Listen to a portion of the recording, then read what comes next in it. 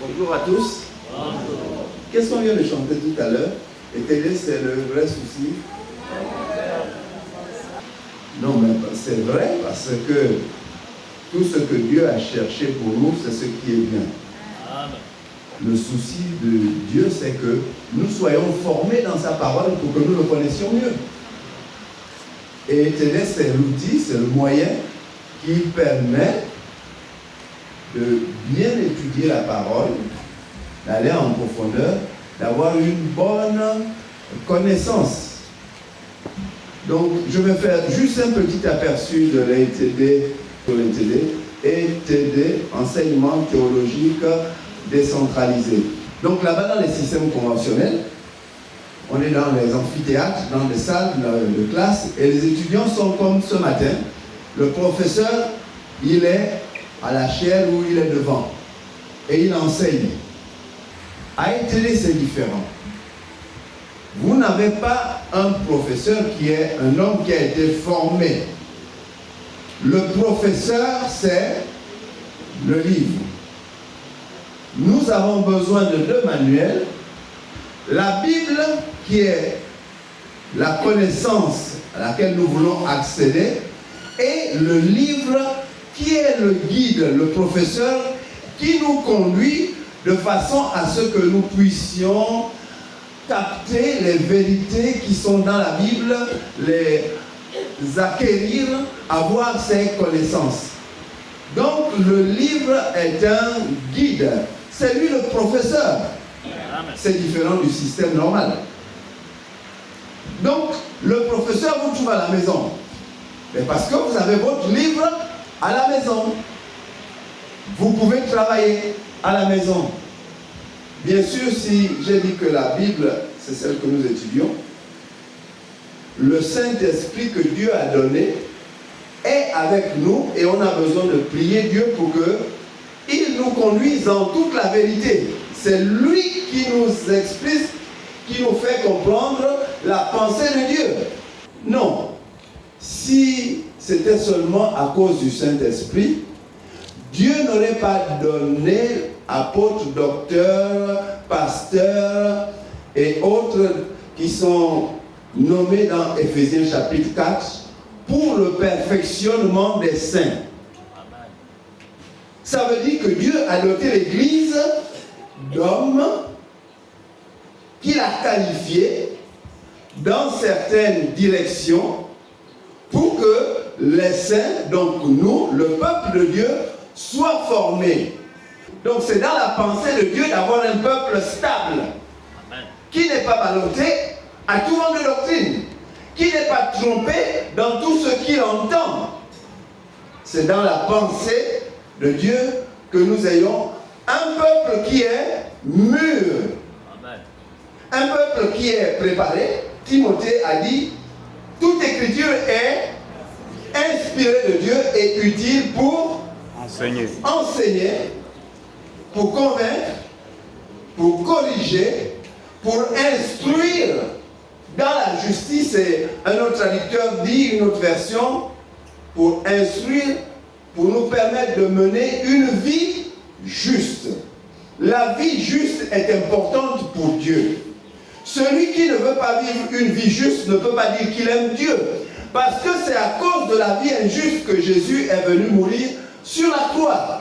Il a porté nos péchés parce que nous étions en train de marcher sur notre propre voie dans l'obscurité. Dieu est attaché à une vie juste. Il ne nous sauve pas seulement pour pardonner nos péchés, mais il veut que nous quittions la direction dans laquelle nous sommes en train, où nous étions en train de marcher lorsque nous nous avons arrêtés, quand il nous a interpellés. Nous avions eu une forme que nous avons héritée de par notre nature, mais de par aussi l'enseignement que nous avons reçu dans notre contexte géographique, culturel, social. Quand nous venons à Christ, Dieu veut nous former, il veut que nous marchions selon la vérité. ne nous trompe pas. Amen. Imaginez que vous croyez à ces choses-là. C'est terrible, hein? Juste pour nous dire que quand on vient à Christ, on a un certain nombre de choses dans lesquelles nous croyons et qui ne sont pas en accord avec la foi qui nous est révélée par la parole de Dieu. Donc nous avons besoin d'être déformés pour être reformés. Amen. Nous avons besoin d'être formés selon les voies de Dieu pour une vie juste. Et Paul dit, toute écriture est inspirée de Dieu. La base de notre formation, c'est l'écriture.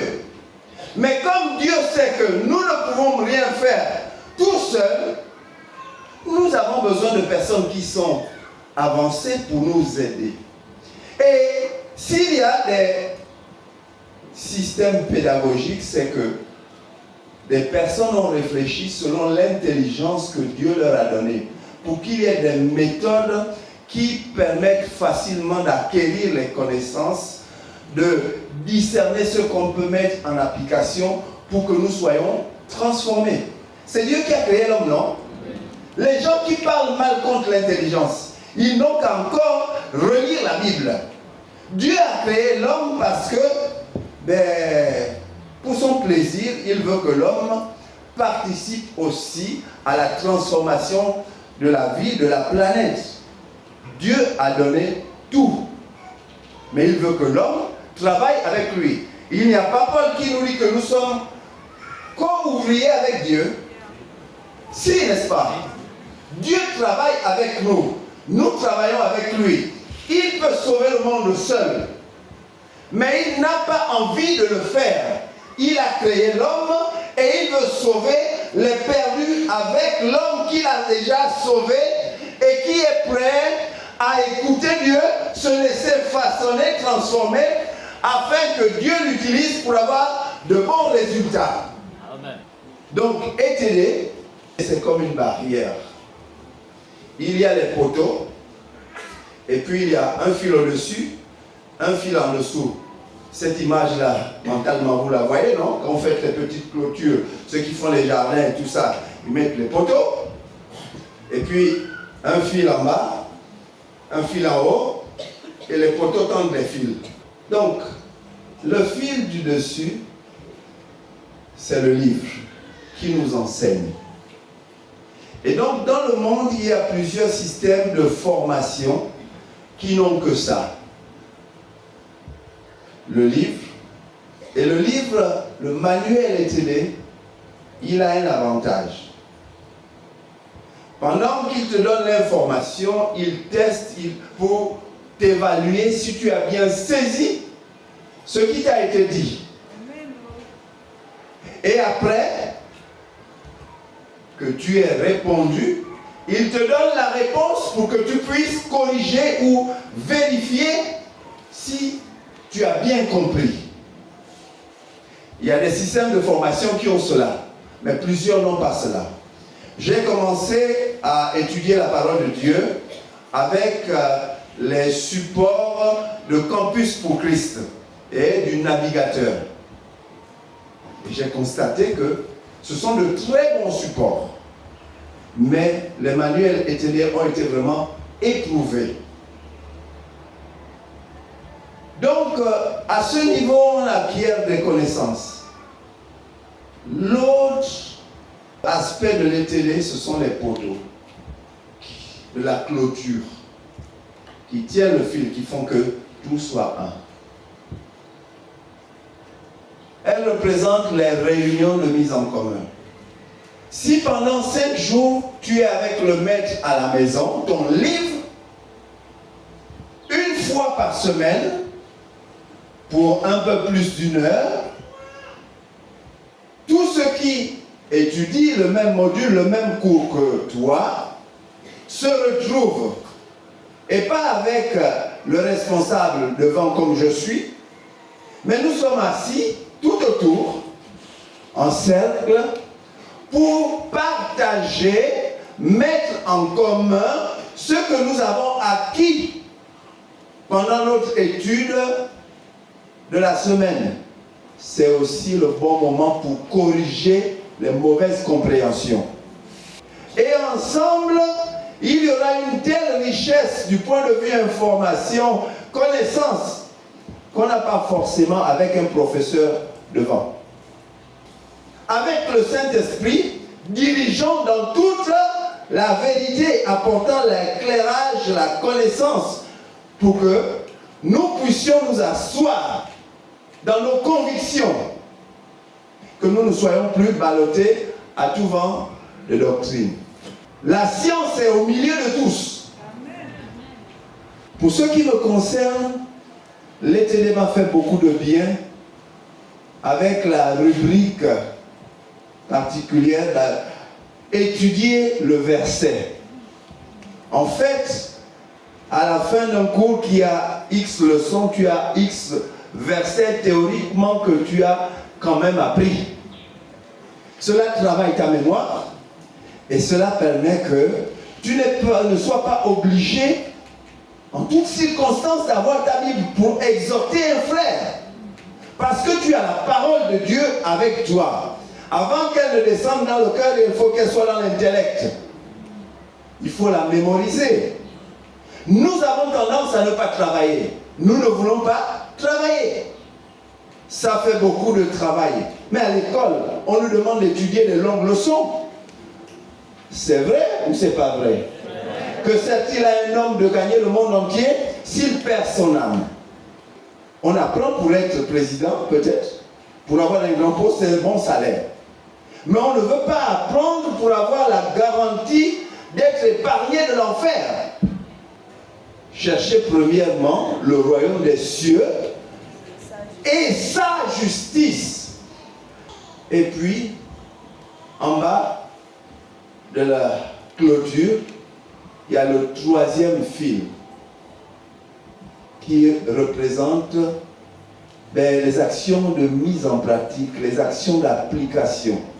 Donc, avec l'ETD, c'est un outil de formation pour les leaders. Si les leaders ne sont pas bien formés, comment ceux qui les suivent peuvent-ils être bien formés?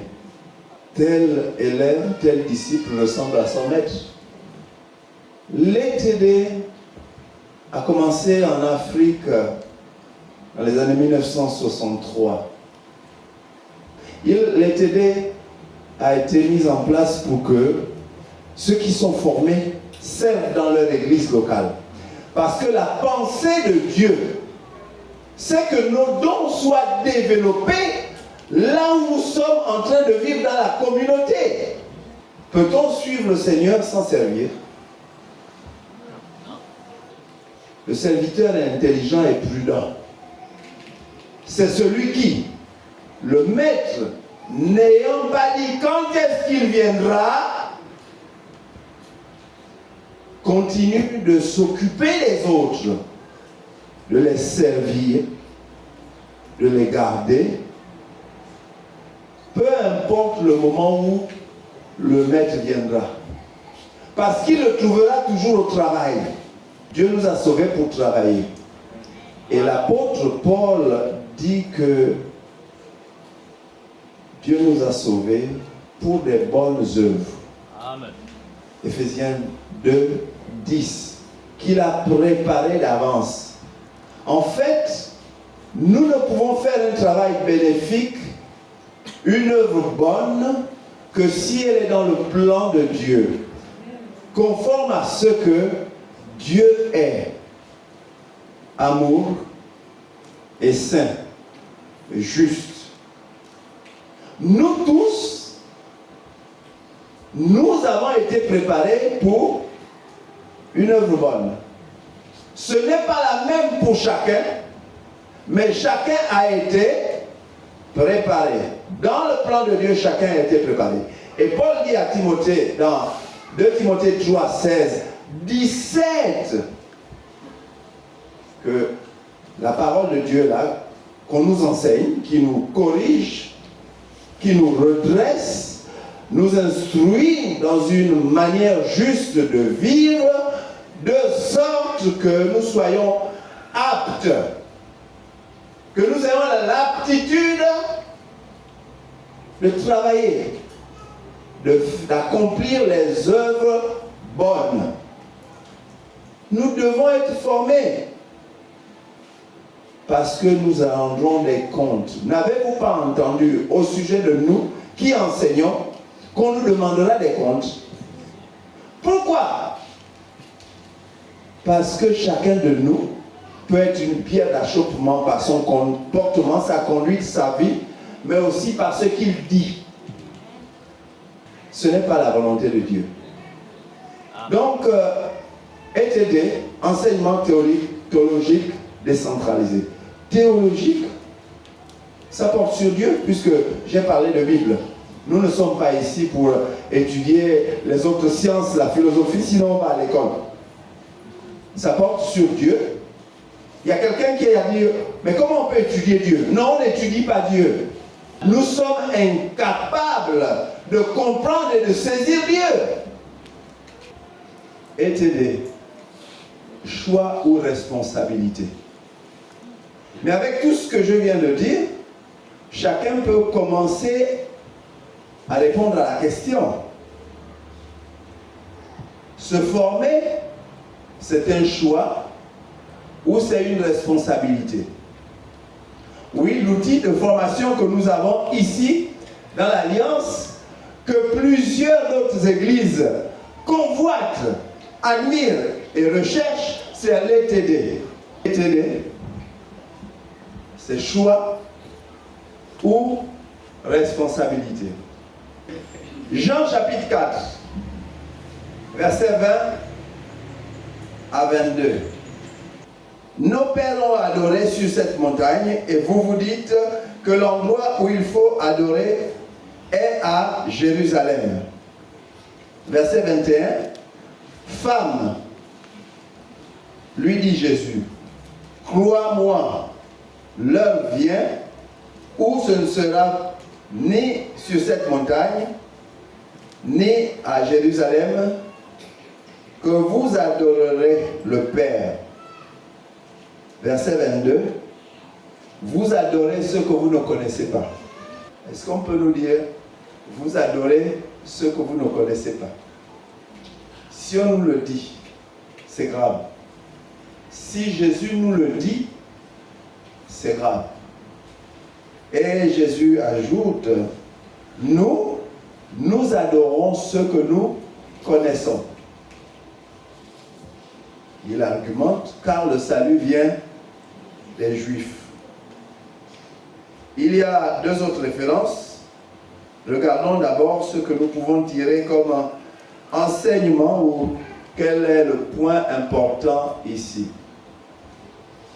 Ces versets se trouvent dans un contexte de conversation de Jésus avec une femme samaritaine qui vient puiser de l'eau à l'heure ou à la période de la journée où il n'est pas supposé trouver quelqu'un au puits, parce que là il fait chaud.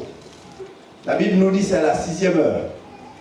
Donc c'est, je pense, avec le soleil de midi. Donc Jésus part de Judée, il va à Galilée, et entre la Judée et la Galilée, il y a la Samarie. En général, les Juifs qui vivent en Judée, comme ceux qui vivent en Galilée, pour passer de l'un à l'autre, passaient en contournant la Samarie. Parce qu'il y a un problème depuis longtemps avec les Samaritains. Ils croient que les Samaritains, en guillemets, sont des métis, ce ne sont pas des Juifs purs. Et que pour ce qui concerne l'adoration de Dieu, ils n'ont pas l'expertise. Et cette histoire est arrivée parce que dans l'histoire de la Samarie, lorsqu'il y avait les deux royaumes, le royaume de Samarie avait été puni par les Assyriens, déportés. Dieu voulait les punir. Et les Assyriens ont pris des Samaritains vigoureux et ils ont amené d'autres peuples païens habiter avec les autres. Donc il y a eu non seulement des mariages entre eux, mais il y a eu que les autres ont amené leur idolâtrie. Les Samaritains sont punis pour idolâtrie. Ils sont déportés. Et Dieu permet que d'autres peuples arrivent et qui amènent leur idolâtrie. Mais les Juifs samaritains, ils sont encore séduits. Pourtant, c'est à cause de cela qu'ils ont été punis. C'est comme ça que nous sommes les hommes. Est-ce que nous pouvons tirer des enseignements pour notre temps? Le point qui me semble important ici, c'est l'adoration. La Samaritaine a une conception de l'adoration. Nos pères nous ont enseigné que c'est là-bas, nos ancêtres, de génération en génération, on nous a dit, c'est dans la montagne là-bas. En fait, on ne comprend pas le vrai problème de l'adoration. Ce n'est pas un problème de lieu. Les Juifs qui étaient en Judée étaient très fiers. Parce ils se moquaient des autres, ils les méprisaient. Ils croyaient qu'ils étaient dans le véritable. Mais aussi, c'est aussi à leur endroit, comme en autre endroit, que Jésus dit, l'heure vient. On a besoin d'une bonne connaissance des Écritures pour comprendre la pensée de Dieu et ne pas perdre notre temps dans ce qui est non essentiel. Ce qui est essentiel ici, c'est adorer le Père. Ce n'est pas le lieu. Il n'y a que quelqu'un qui a la connaissance pour orienter un autre vers ce qui est vrai. Amen. Nous devons avoir une bonne connaissance et parler avec assurance. Amen. Jésus dit, nous connaissons ce que nous adorons. Est-ce que nous connaissons ce que nous adorons? Nous connaissons qui nous adorons? Connaissons-nous Dieu? Quand, devant chaque difficulté, nous renvoyons la balle au diable. Connaissons-nous qui nous adorons? Donc il y a un problème de connaissance que ce texte veut nous révéler. Si nous voulons la connaissance, alors nous avons la responsabilité de chercher la connaissance. Nous ne pouvons pas désirer et ne pas nous engager. Ce n'est pas responsable. Vous critiquez souvent les papas, les mamans. Il a voulu se marier, maintenant qu'il a les enfants, il ne s'en occupe pas. Il a voulu se marier, c'était son choix. Sa responsabilité, c'est de s'occuper de sa maison. L'enfant me dépasse, oui, je m'en occupe. C'est ma responsabilité. Nous voulons avoir la connaissance pour aimer Dieu, pour le servir.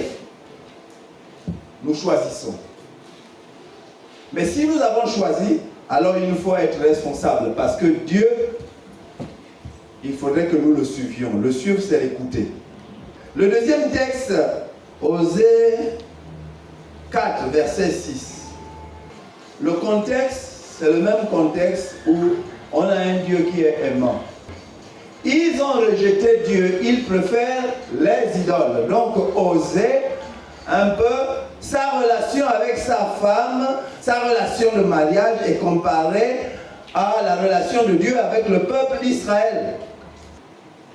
Dieu aime son peuple, mais son peuple choisit d'aimer les faux dieux, aimer les idoles. Nous avons le verset que nous lisons. Mon peuple périt parce qu'il lui manque la connaissance. Puisque tu as rejeté la connaissance, je te rejetterai de mon sacerdoce. Comme tu as oublié la loi de ton Dieu, moi de même, j'oublierai tes fils. Le peuple périt parce qu'il lui manque la connaissance, parce qu'il a rejeté la connaissance. Le verset 14 à la fin dit, le peuple qui ne comprend rien court à sa perte. Et le chapitre 5, il y a un verset aussi qui confirme ce qu'on vient de lire. Leurs œuvres ne permettent pas de revenir à leur Dieu, parce que l'esprit de prostitution est au milieu d'eux et parce qu'ils ne connaissent pas l'Éternel. En fait, notre salut se trouve dans la connaissance de l'Éternel. Il ne s'agit pas pour nous de nous asseoir ici tous les dimanches seulement, sans chercher à connaître le Seigneur un peu plus. Sinon, nous allons reproduire la même qualité de vie que nous avions avant d'avoir dit à Jésus, voici ma vie. Or, Dieu veut que nous quittions ce type de vie, cette forme de vie qui ne le glorifie pas et surtout qui ne nous fait pas du bien. Osée avait la conviction que le cœur du problème d'Israël se trouve dans son incapacité à comprendre Dieu. Nous ne comprenons pas souvent Dieu, mais Dieu permet que nous comprenions les petites choses, il nous éclaire par sa parole et par son esprit. Mais quand notre attitude est « nous ne voulons pas t'écouter », Dieu nous laisse aussi nous embourber dans nos voies. Mais si, en tant que chrétiens, maintenant nous lisons parce que nous avons reçu Jésus, nous continuons dans nos voies, ça veut dire qu'il n'y a pas de différence entre hier et aujourd'hui. Avant que Jésus n'arrive dans nos vies, chacun suivait sa propre voie. Question, est-ce qu'à ce moment nous sommes sauvés? Chacun répond pour lui. La leçon à retenir, c'est que notre connaissance de Dieu influence notre attitude et nos actions. Le troisième verset qui a été proposé, c'est Esdras, chapitre 10, verset 4. Le contexte ici, c'est que Dieu a déjà châtié le peuple. Il est parti en déportation et nous sommes dans la phase où Dieu est en train de ramener son peuple. Dans le début du livre d'Esdras, il est écrit « La première année de Cyrus, roi de Perse, afin que s'accomplisse la parole de l'Éternel prononcée par la bouche de Jérémie, l'Éternel réveilla l'esprit de Cyrus, roi de Perse. » Oh, Dieu réveille l'esprit des païens, qui fit faire de vive voix et par écrit cette publication, et dans tout son royaume. Ainsi parle Cyrus, roi de Perse. L'Éternel, le Dieu des cieux, m'a donné tous les royaumes de la terre et m'a chargé de lui bâtir une maison à Jérusalem qui est en Juda.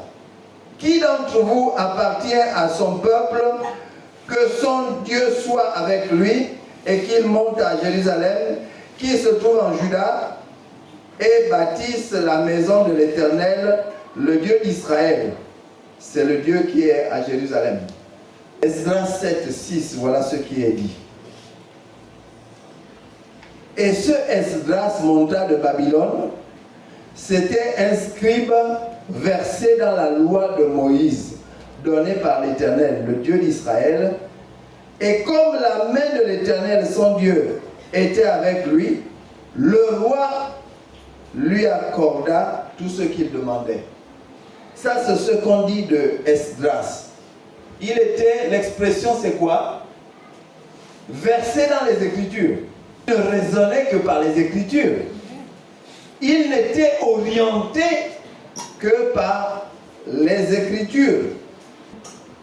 Verset 12. Artaxerxès, roi des rois, au sacrificateur Esdras. Ça, c'est le roi.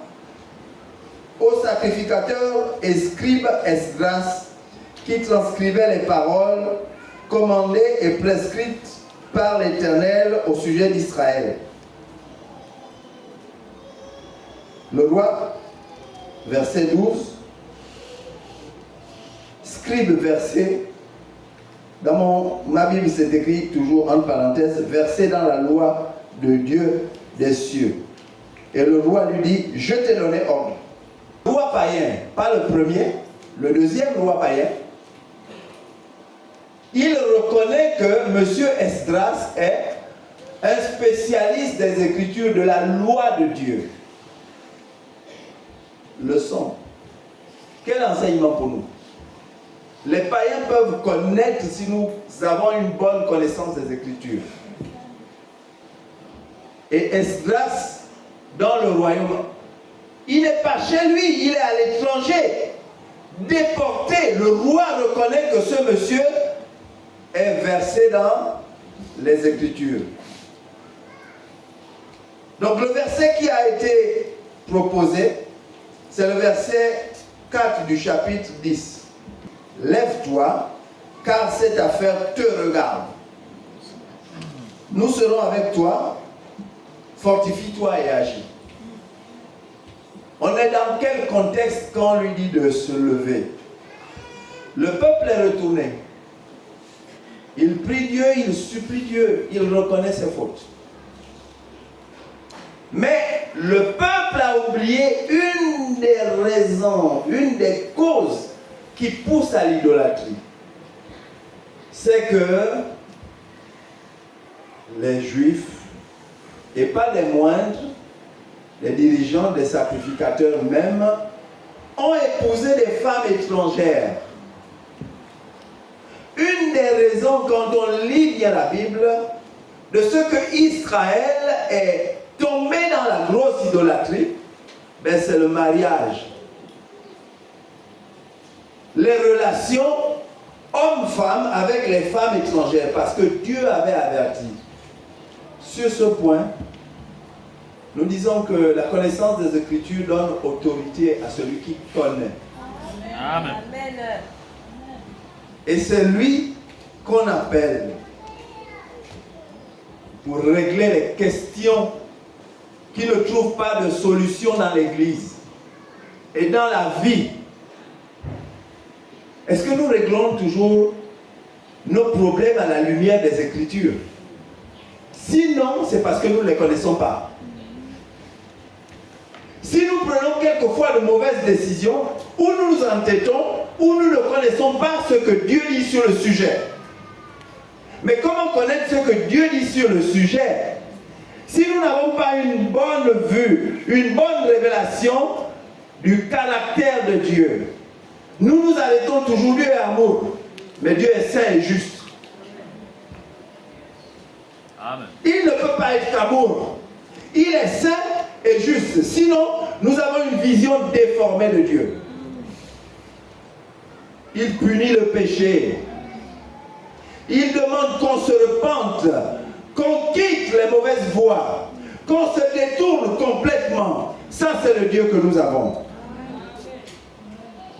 Chers frères et sœurs, Dieu, dans la pensée de mon Seigneur, c'est il veut qu'on soit formé. Amen. Il a permis que dans notre communauté, il y ait un outil efficace et fiable. Venons nous inscrire. Si nous choisissons de suivre Dieu, prenons notre responsabilité de nous former. Que Dieu aide chacun d'entre nous. Amen.